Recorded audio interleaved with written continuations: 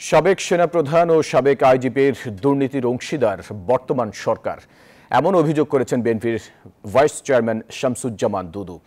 শুক্রবার জাতীয় প্রেস ক্লাবের সামনে এক অবস্থান কর্মসূচিতে অংশ নিয়ে কথা বলেন তিনি। অভিযোগ করেন, দুর্নীতিবাজ, লম্পট, চোরাকারবারিদের নিয়ে দেশ চালাচ্ছে সরকার।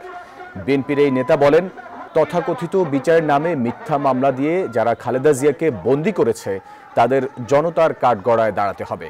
দাবি করেন, বর্তমান পরিস্থিতিতে সরকারের অস্তিত্ব নিয়ে টান পড়েছে।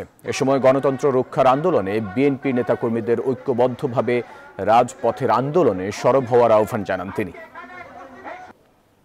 এই সব দুর্নীতিগ্রস্ত মিস্টার আজিজ এবং বেনজির আহমেদ আর দুশ্চরিত্র এবং লম্পট জাতীয় সংসদের যদি সদস্য হয় আর সেই সরকারের সেই প্রধানমন্ত্রী যদি আপনি হন, আপনার দল হয়, তাহলে আর কি বাকি থাকতে পারে।